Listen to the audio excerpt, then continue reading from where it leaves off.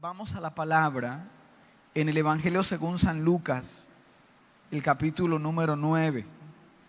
Evangelio según San Lucas, el capítulo número 9. Quiero bendecir a las personas que vienen desde Girardot. ¿Cuántos aquí vienen desde Girardot? Ok, mire qué bonito eso. Del Espinal. Bogotá. Tenemos representación desde Bogotá también.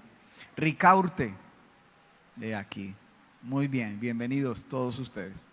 Lucas capítulo 9, el versículo número 59, dice, y dijo a otro, sígueme. Él le dijo, Señor, déjame que primero vaya y entierre a mi padre. Y el verso 60, Jesús le dijo, deja que los muertos entierren a sus muertos y tú ve y anuncia el reino de Dios. En mi Biblia,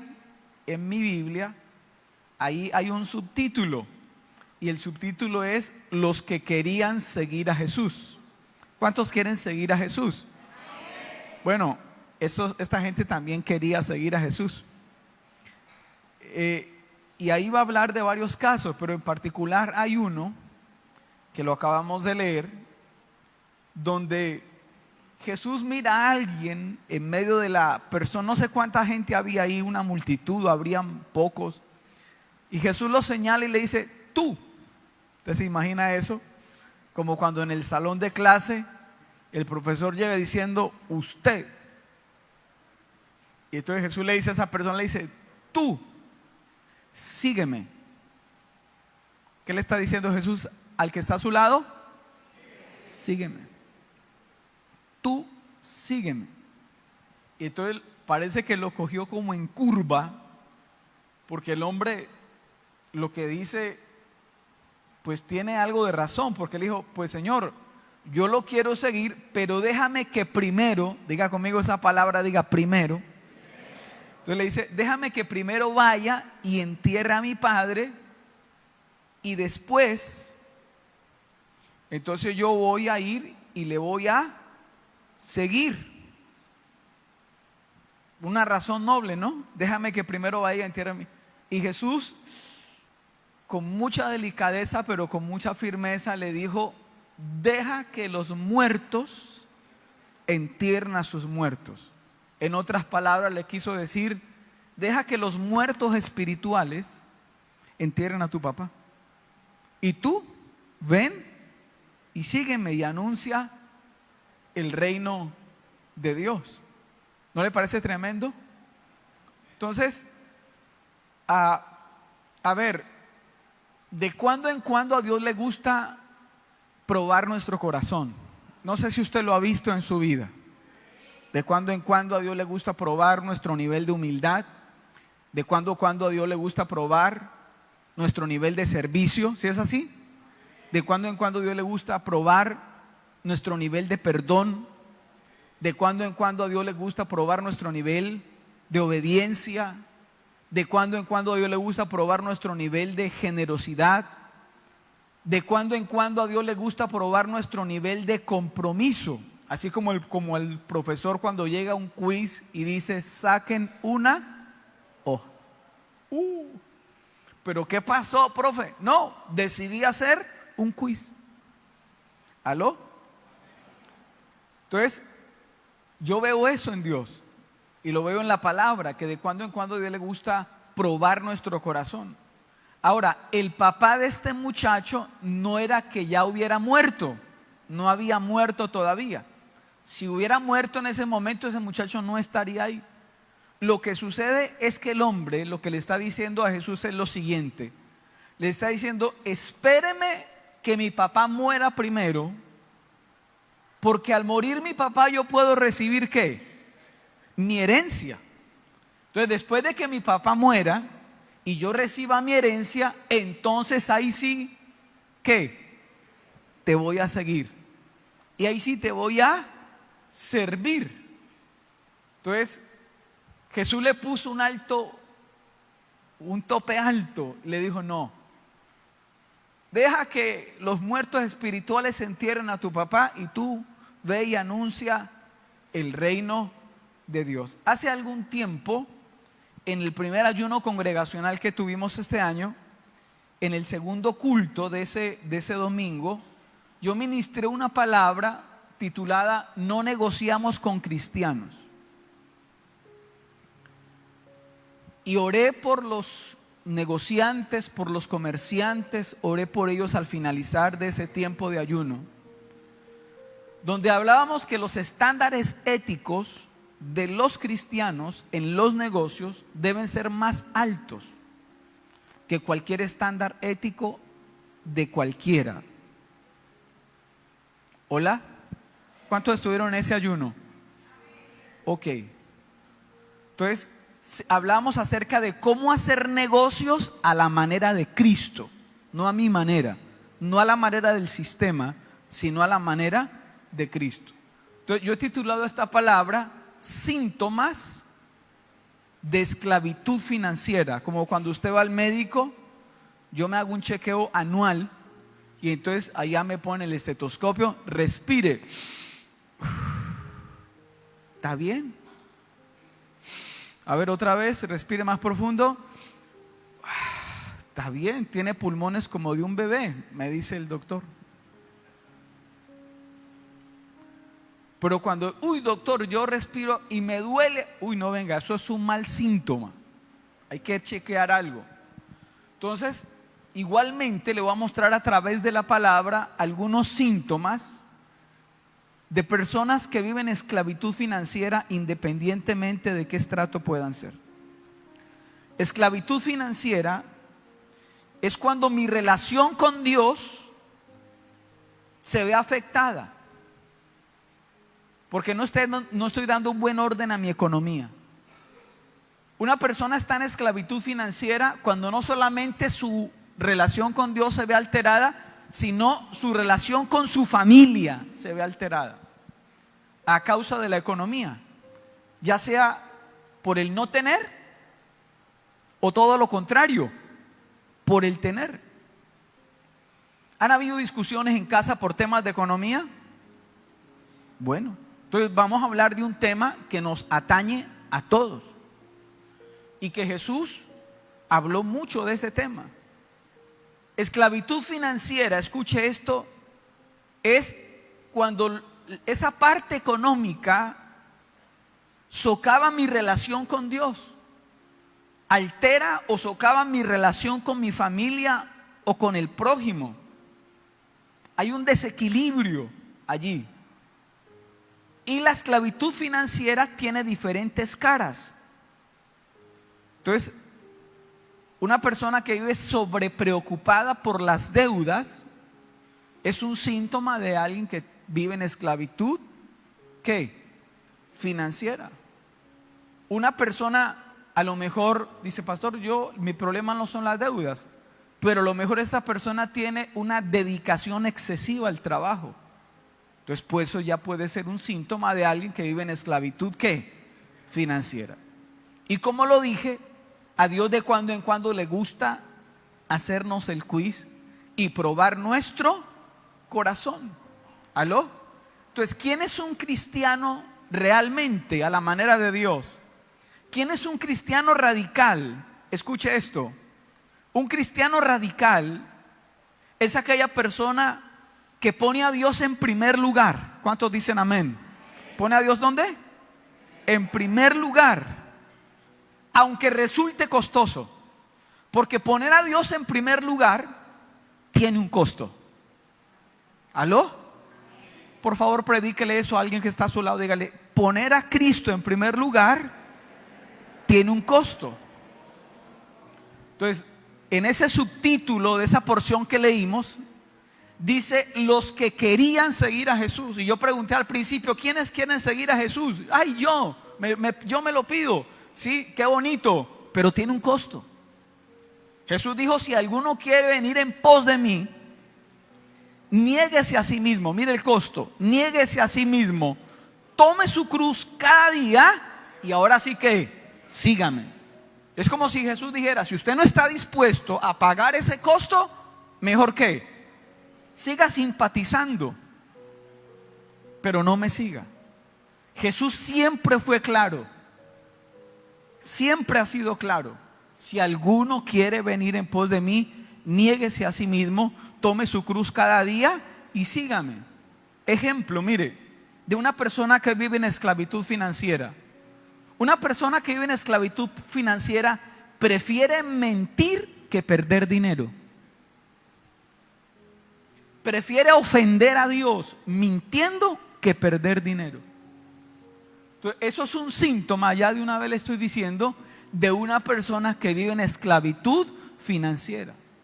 Y Dios en algún momento dijo lo siguiente, dijo: este pueblo de labios me honra, pero su corazón está a kilómetros de mí. Yo no sé usted, pero yo no quiero encajar en esa lista. ¿Aló?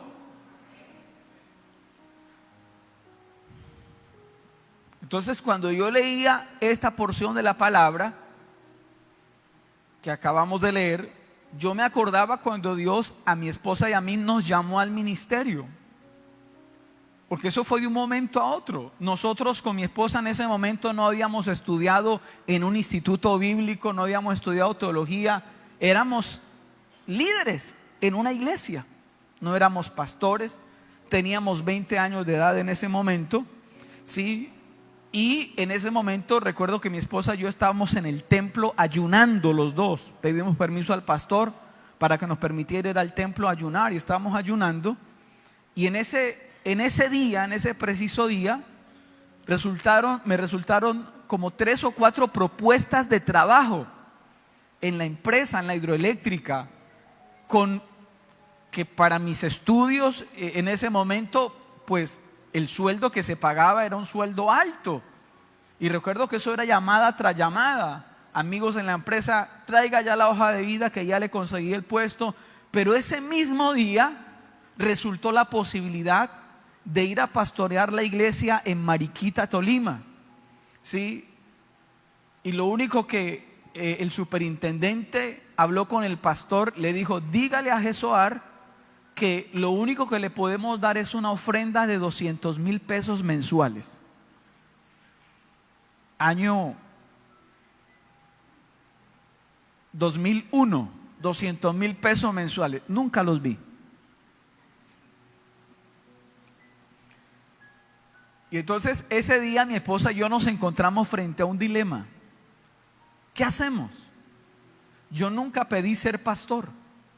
Nunca quise ser pastor, pero sabía que había un llamado dentro de mí. Y una vez yo negocié con Dios y le dije: si realmente usted me está llamando a ser pastor, hágamelo aquí sentir, porque yo no me voy a proponer, no quiero eso. Y ese día fue un día decisivo para nosotros, y decidimos ese día aceptar ese llamado. Ya estábamos sirviendo, pero aceptar ese llamado al ministerio pastoral. Han pasado más de 20 años, no nos arrepentimos y hemos visto la mano de Dios sobre nuestra vida. Entonces, a lo que voy es a esto. Quizás Dios a usted no le tiene un llamado para ser pastor, pero sí Dios a usted le tiene un llamado para seguirle y para servirle. Y no sé si ya usted tiene claro que el seguir a Cristo tiene un costo. ¿Aló? Así como no seguirlo también tiene un costo, que al principio no parece un costo, pero al final no se lo recomiendo. Entonces, permítame hablarle de otros síntomas de una persona que sufre de esclavitud financiera. En la medida que yo hable de estos síntomas, yo no quiero que usted sea generoso con su vecino o con el que no vino. Que usted diga: esa palabra es buena para fulano y no vino, no lo veo. No. Miremonos nosotros primero, ¿les parece? ¿Está bien? Primero vamos a ser generosos con nosotros mismos. Un síntoma de alguien que sufre o tiene síntomas de esclavitud financiera es un complejo de autosuficiencia. ¿Complejo de qué? Autosuficiencia. Y la Biblia habla de un rey, era un rey pagano, que llegó a ser muy grande, a tener un gran imperio en el momento, la mayor potencia del mundo en ese entonces, llamado Nabucodonosor. ¿Nabucodonosor qué? Daniel capítulo 4, el versículo número 29, dice de la siguiente manera. Esto lo está relatando Daniel. Dice: al cabo de 12 meses, paseando en el palacio real de Babilonia, verso 30, habló el rey y dijo: ¿no es esta la gran Babilonia que yo edifiqué para casa real con la fuerza de qué? De mi poder, y para gloria de qué? De mi majestad. Lo pongo en contexto, escuche esto. Había un funcionario en ese reino que era un hijo de Dios, llamado Daniel. El rey, antes de eso, un año atrás, había tenido un sueño que lo dejó loco. Y Dios usó a Daniel, ese hijo de Dios, para revelarle el sueño, interpretarle el sueño al rey. Y entre las cosas que a Daniel le advierte y le dice: pilas, porque si hay algo que está tocando a la puerta de su corazón es el orgullo. Mosca, rey, pilas. Pasaron 12 meses, un año, y un día al rey le da, no sé a qué hora se levantaría ese día, por salir a la terraza del palacio, jardines colgantes del palacio, que eso era una de las 7 maravillas del mundo de ese entonces, y todo eso, y pronuncia a ese rey lo que acabamos de leer: la grandeza de mi poder para gloria de mi majestad. La Biblia relata que tan pronto ese rey dijo eso, se volvió loco. Algo desconectó Dios allá en el cerebro de ese tipo. Un cablecito por allá desconectó. Y la Biblia dice que duró, si mal no estoy, 7 años como loco. No podía ejercer como rey.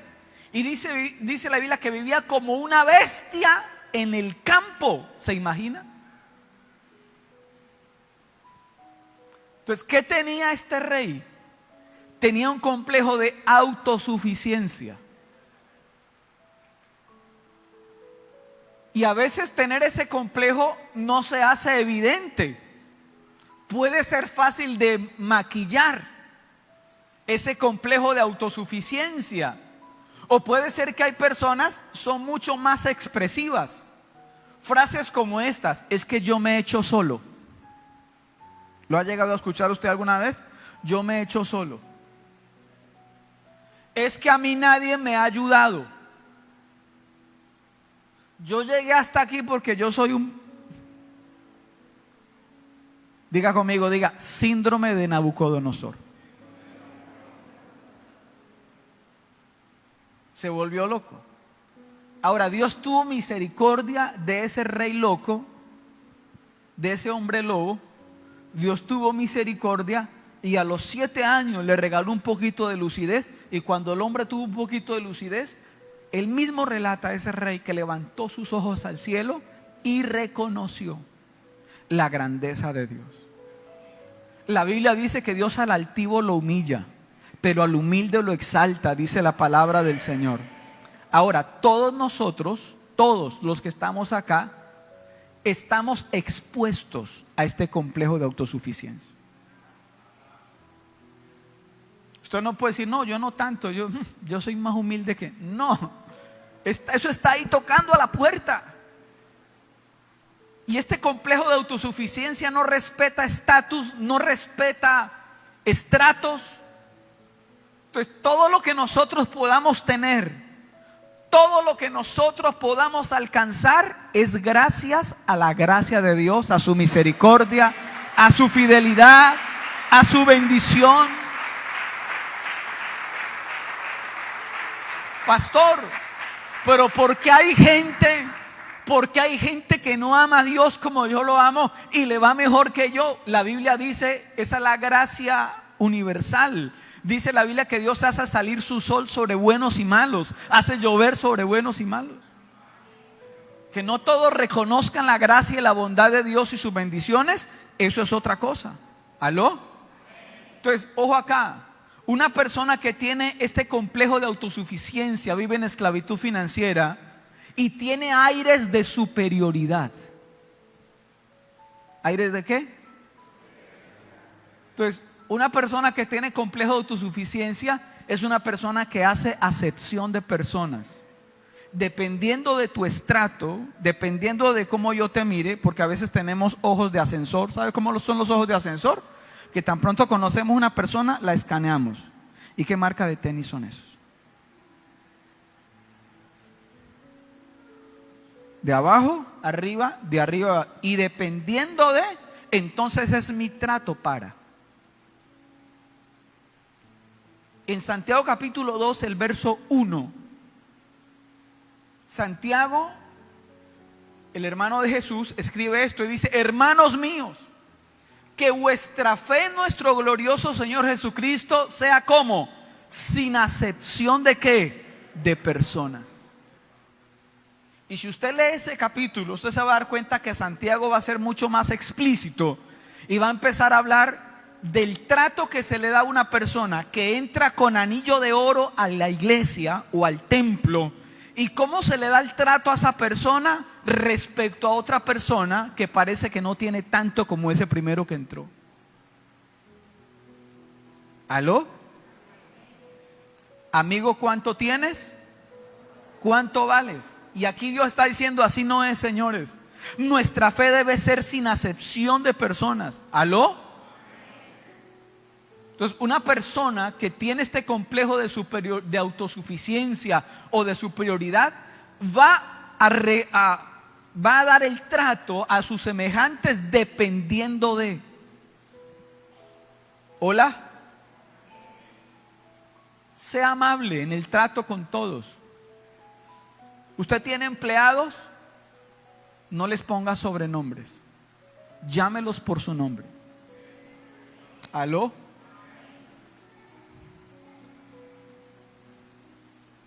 Una de las maneras que se muestra que hay un complejo de autosuficiencia es cuando yo hago acepción de personas. Una manera que se muestra que yo tengo un complejo de autosuficiencia es cuando no soy fiel a Dios en mis diezmos. Solo un amén. En Deuteronomio capítulo 14, el verso 22 y 23, dice: indefectiblemente, o sea, sin defecto, diezmarás todo el producto del grano que rindiere tu campo cada año. Verso 23. Y comerás delante de Jehová tu Dios en el lugar que Él escogiere para poner allí su nombre, el diezmo de tu grano, de tu vino y de tu aceite, y las primicias de tus manadas y de tus ganados. Y ojo como dice al final: para que aprendas a temer a Jehová tu Dios, ¿qué? Todos los días. El diezmo, escucha acá, está relacionado con el respeto que yo tengo hacia Dios. Porque cuando yo vengo al altar y traigo mis diezmos, lo que le estoy diciendo a Dios: yo no soy la fuente. Yo no le estoy proveyendo a usted, Dios. Todo lo contrario, es usted el que me ha provisto. Y de lo recibido de tu mano yo te doy. Cuando usted es fiel en su economía, usted le está diciendo a Dios: la fuente es usted, no soy yo. Porque las circunstancias varían. De un momento a otro todo puede ¿qué? Cambiar. ¿Es así o no es así? Lo vivimos con la pandemia. De un momento a otro todo cambió. Y hay gente que se volvió loca. Otros dijimos: nuestra fuente es Dios. Otro síntoma de esclavitud financiera no solamente es complejo de autosuficiencia, sino que puedes llegar a ser exceso de trabajo. ¿Exceso de qué? De trabajo. Ahora, hay gente que es experta en sacarle el cuerpo al trabajo. Ese es otro extremo. ¿Sí? Están cansados de descansar. Pero otro extremo es el exceso de trabajo. Y en el Salmo capítulo 127, el verso 1, mire lo que dice este hermoso salmo. Dice: si Jehová no edificare la casa, en vano trabajan los que la edifican. O sea, dependemos de Dios, ¿sí o no? Usted puede esforzarse mucho, pero si Dios dice no, llore, patalee, haga lo que quiera. Dice, si Jehová no guardare la ciudad, en vano vela la guardia. Verso 2. Por demás es que os levantéis, ¿a qué horas? De madrugada. Y vayáis, ¿a qué horas a reposar? Tarde. O sea, estamos hablando de un ritmo de vida pesado. Y dice, y que comáis pan de ¿qué? De dolores. Donde ni siquiera se pueda disfrutar los alimentos. Dice, pues que a su amado, ¿qué Dios le da? El sueño. El sueño es una bendición de Dios. ¿Cuántos dicen amén? Y hay hermanos muy bendecidos. Verso 3. Dice, he aquí, herencia de Jehová son los ¿qué? Los hijos.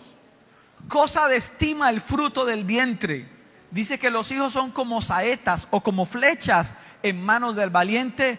Así son los hijos habidos en la juventud. Pastor, ¿qué quiere decir lo uno con lo otro? ¿Sabe qué quiere decir lo uno con lo otro? Lo que la Biblia está queriendo aquí decir es que hay gente que vive tan ocupada, que ni puede comer bien, ni duerme bien, ni puede disfrutar a sus hijos. Y no han entendido que sus hijos son herencia de Jehová. Diga,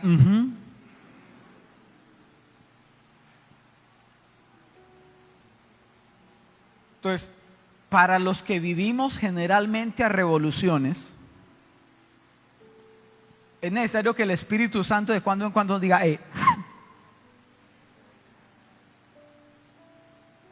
Por eso Dios estableció un principio en los mandamientos, un día de descanso. 6 días trabajarás, pero el séptimo día, ¿qué? Descansarás. ¿Sabe por qué Dios le dijo eso al pueblo de Israel? Porque los esclavos no descansan. Míreme otra vez, los esclavos no descansan.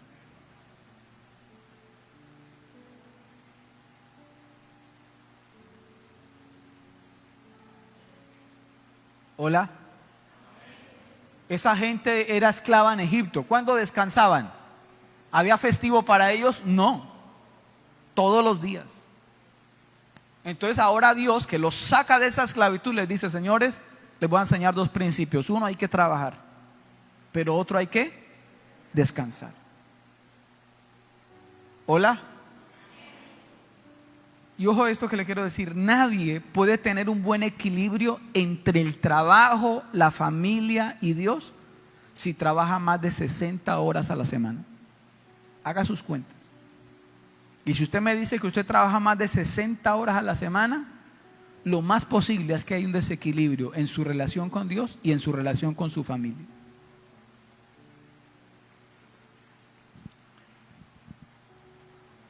Entonces, quizás dice, pastor, hay temporadas donde toca meterla duro.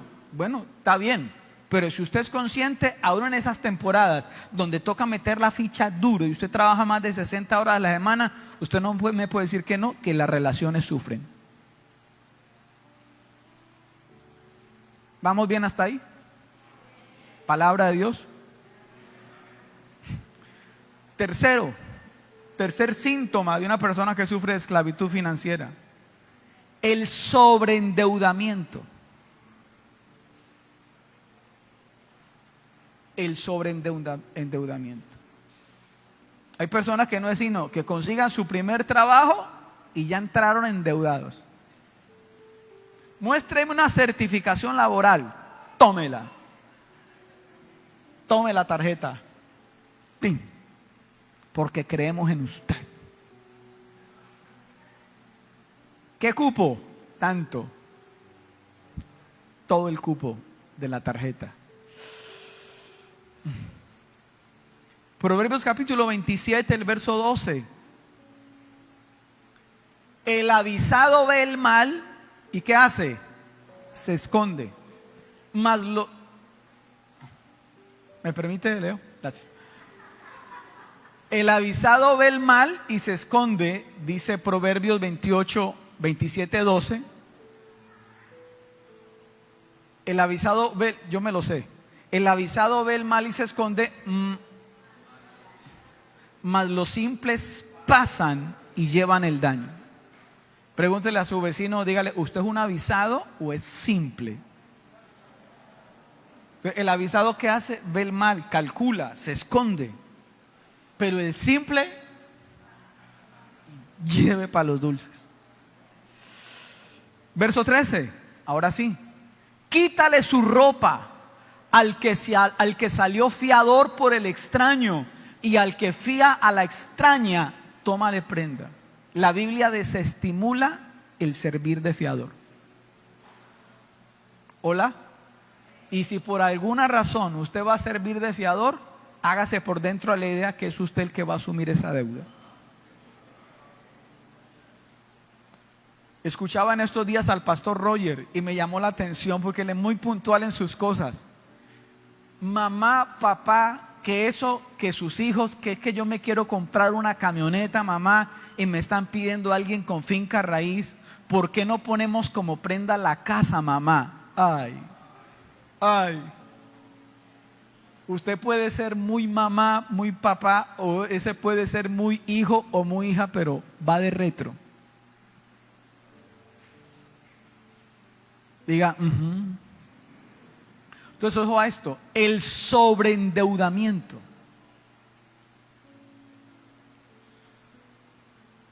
En 1929 hubo la Gran Depresión y eso hubo un desplome económico, una cosa loca. Empresas quebraron, personas particulares quebraron, bancos quebraron. ¿Y sabe qué se creía? Que se había aprendido la lección. O sea, que la gente después, la sociedad después de esa Gran Depresión, nunca más iban a llegar a un nivel de endeudamiento tan alto como se llegó en esa época. ¿Qué piensa? ¿Aprendimos? Hoy estamos más endeudados que nunca. Y el globo del crédito, eso está inflándose y en cualquier momento puede explotar. Entonces mire acá, cuando usted toda su vida depende exclusivamente del crédito para sacar adelante su vida, para sacar adelante su negocio o sus negocios, y usted no calcula bien, ¿sí? Usted no tiene un plan por si algo falla. ¿Qué pasa si algo sucede y no puedo respaldar ese crédito de esta manera? ¿Cuál es mi plan B? Entonces, si usted no tiene claro eso, usted está violando el principio de Proverbios 27:12 que dice que los simples pasan, que el avisado ve el mal y se esconde, pero los simples pasan y llevan ¿qué? El daño, dice la palabra de Dios. Y yo lo he dicho en algunas ocasiones. Resístase a la tentación de sacar créditos para consumo, de pagar ese televisor a 48 cuotas. Por favor, dígale al Espíritu Santo que le dé dominio propio. Y sabe, hay más satisfacción en el ahorrar y en el poder comprar de contado. ¿Aló? Ahí hay dignidad, ahí hay valor. ¿Cuántos dicen amén? Habrán otros créditos a lo mejor que el Espíritu Santo de pronto le puede guiar, pero son para inversión. Entonces cada vez que usted tenga, ya tiene un capital. ¿Aló? ¿Estamos de acuerdo? Entonces hay muchas personas sobreendeudadas y ese no es el deseo de Dios. ¿Sabe por qué el pueblo de Israel en el desierto pudo ofrendar y ser generosa para el tabernáculo, para la construcción del tabernáculo? Porque aunque andaban por un desierto, no tenían deudas. Pero hay gente que dice, pero es que yo quiero ser generoso con Dios, pero no puedo. ¿Por qué? Yo quisiera honrar a mi papá y a mi mamá y yo los veo, pero no puedo. ¿Por qué? Planificamos mal nuestra vida financiera. Hola. Cuarto síntoma de esclavitud financiera, el desorden. El desorden. Proverbios capítulo 10, el verso 4. Mira lo que dice Salomón. La mano negligente, ¿qué hace? Empobrece, mas la mano de los diligentes enriquece. ¿Qué queremos ser nosotros? ¿Negligentes o diligentes?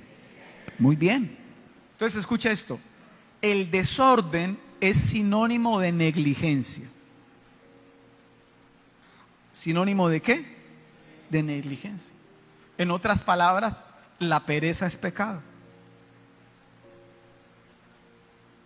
¿Cómo están sus zapatos? ¿En orden? ¿Su ropa? ¿En orden? Tendió la toalla, ¿no? Se bañó esta mañana, si es que se bañó, y tendió la toalla, ¿no? No la dejó encima del colchón, se le pudre el colchón, huele mal la toalla, le toca gastar más más cloro. Tendió la cama antes de venir al culto, ¿no? ¿Sí? La tendió. Dejó las chanclas en el lugar ahí bien debajo de la cama, ¿no? Me imagino, ¿no? Pastor, perdón, ¿y qué de espiritual tiene eso? Mucho.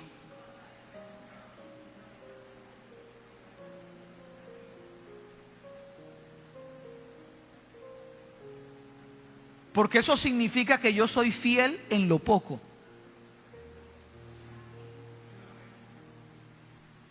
Y el que es fiel en lo poco, Dios le confía más. Alguien diga amén a eso. Por eso digo que el desorden es sinónimo de negligencia. Y la negligencia no es otra cosa que pereza. Entonces, en la economía, ojo a esto, la organización y el orden son indispensables. Entonces, hay personas que por su temperamento se les facilita ser más ordenados. ¿Sí? Aunque eso tiene otra cara. Esas personas que por su temperamento son tan ordenados, a veces se les dificulta ser empresarios. Porque el empresario por su temperamento generalmente tiene otra particularidad. Y es que hay gente que no se fija tanto en los detalles, sino en romper, en avanzar. ¿Aló? Entonces, ¿cuál es el consejo para ese tipo de personas que están pensando siempre en el futuro, visionarios y todo eso, y no están tan al tanto de los detalles? O se organiza o contrata a alguien que le ayude a ordenar su economía.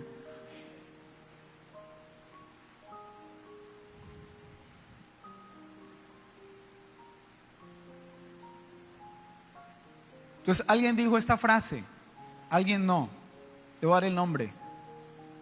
Larry Burkett dijo lo siguiente: las ideas originan negocios, pero el orden las hace exitosas.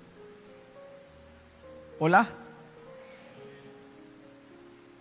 Y quinto y último síntoma de alguien que sufre de esclavitud financiera es una mentalidad de hacerse rico rápidamente. ¿Mentalidad de qué? ¿De hacerse rico qué? Rápidamente. Y si usted es de los que tiene esa mentalidad, usted va a ver que en la vida varias veces se va a juntar el roto con el descosido. Porque si usted tiene esa mentalidad, Satanás pone sus emisarios para proponerle ciertas cosas. Hagámoslo así. Y nos saltamos esto. Y entonces le damos la vuelta por aquí. Y entonces eso se puede hacer de esta manera. Razón tenían las abuelas. No es un versículo bíblico, pero es un principio. Lo que por agua viene, por agua va. Proverbios 28, el verso 20. Dice, el hombre de verdad tendrá ¿cuántas bendiciones? muchas. ¿Alguien toma esa promesa? Mas el que se apresura a enriquecerse no será sin culpa.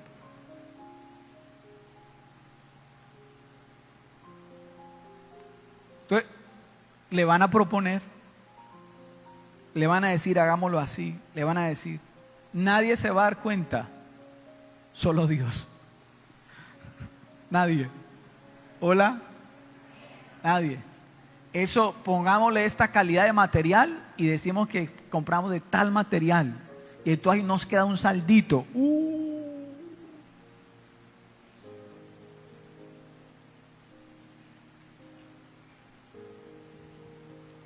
Perdón, ¿es pecado ser rico? No. La Biblia habla de grandes hombres y mujeres de Dios que eran no ricos solamente, riquísimos. Entonces no es malo ser rico como producto de aplicar los principios divinos para la economía. ¿Cuántos dicen amén? Pero cuando hay codicia, ojo a esto, cuando hay codicia, dígale esto a su vecino, dígale, Dios se sale de la ecuación. Dios dice, no, hasta aquí llega mi respaldo, de aquí para allá, mire cómo se defiende usted. Hola. Entonces, todos los planes de ganancias rápidas se basan en la codicia. Y el centro de la codicia, ¿qué dice? Primero yo. Porque un codicioso jamás va a pensar primero en el prójimo. Siempre va a pensar primero en él. ¿Hola? Va a pensar primero en él. Entonces, cristianos que todavía compran billetes de lotería. ¿Cuál es la mentalidad? Hacerse rico rápidamente, saltándose procesos. Y esos cristianos son más espirituales todavía, porque cogen el billete de la lotería y lo meten en la Biblia, en el Salmo 91. Levantan sus ojos al cielo y en su mente prometen, si yo me gano, lo primero que yo hago ahora sí es dar el diezmo.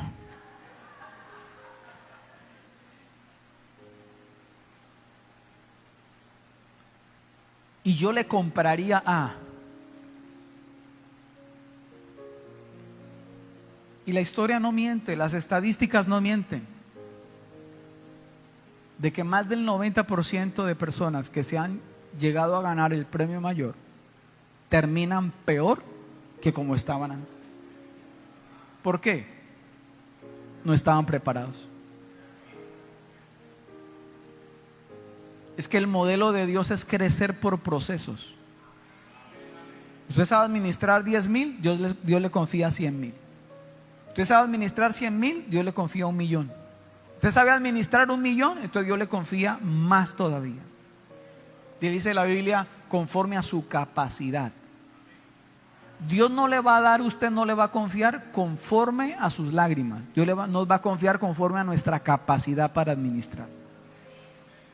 Y como yo sé que hay gente aquí que está creciendo en capacidad para administrar, podemos creer que Dios les va a confiar muchísimo más.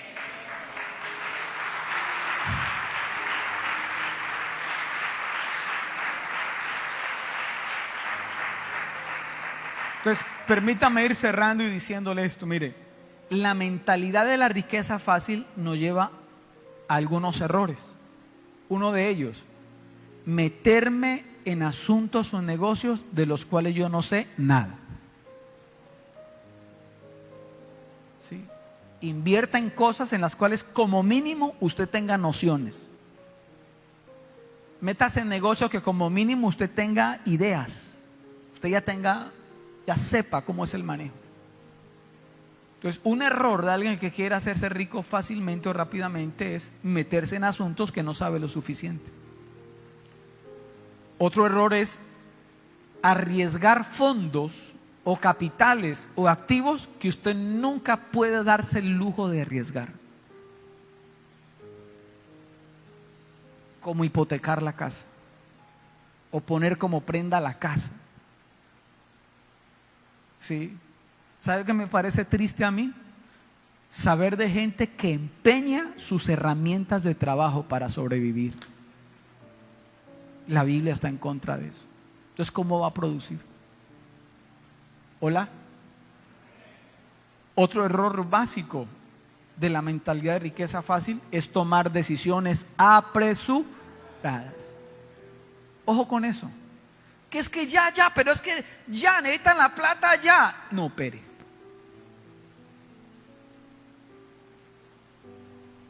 Entonces otro va a coger la oportunidad, que la coja otro. Y si le va bien, pues qué bueno. Pero es que yo estoy pensando eso en usted. Gracias por pensar en mí. Pero déjeme, yo consulto primero a papá Dios.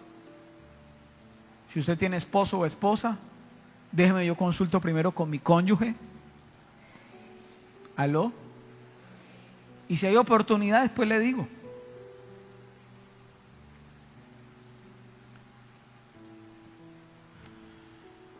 Oseas 4:6 dice Dios: mi pueblo fue destruido porque le faltó conocimiento.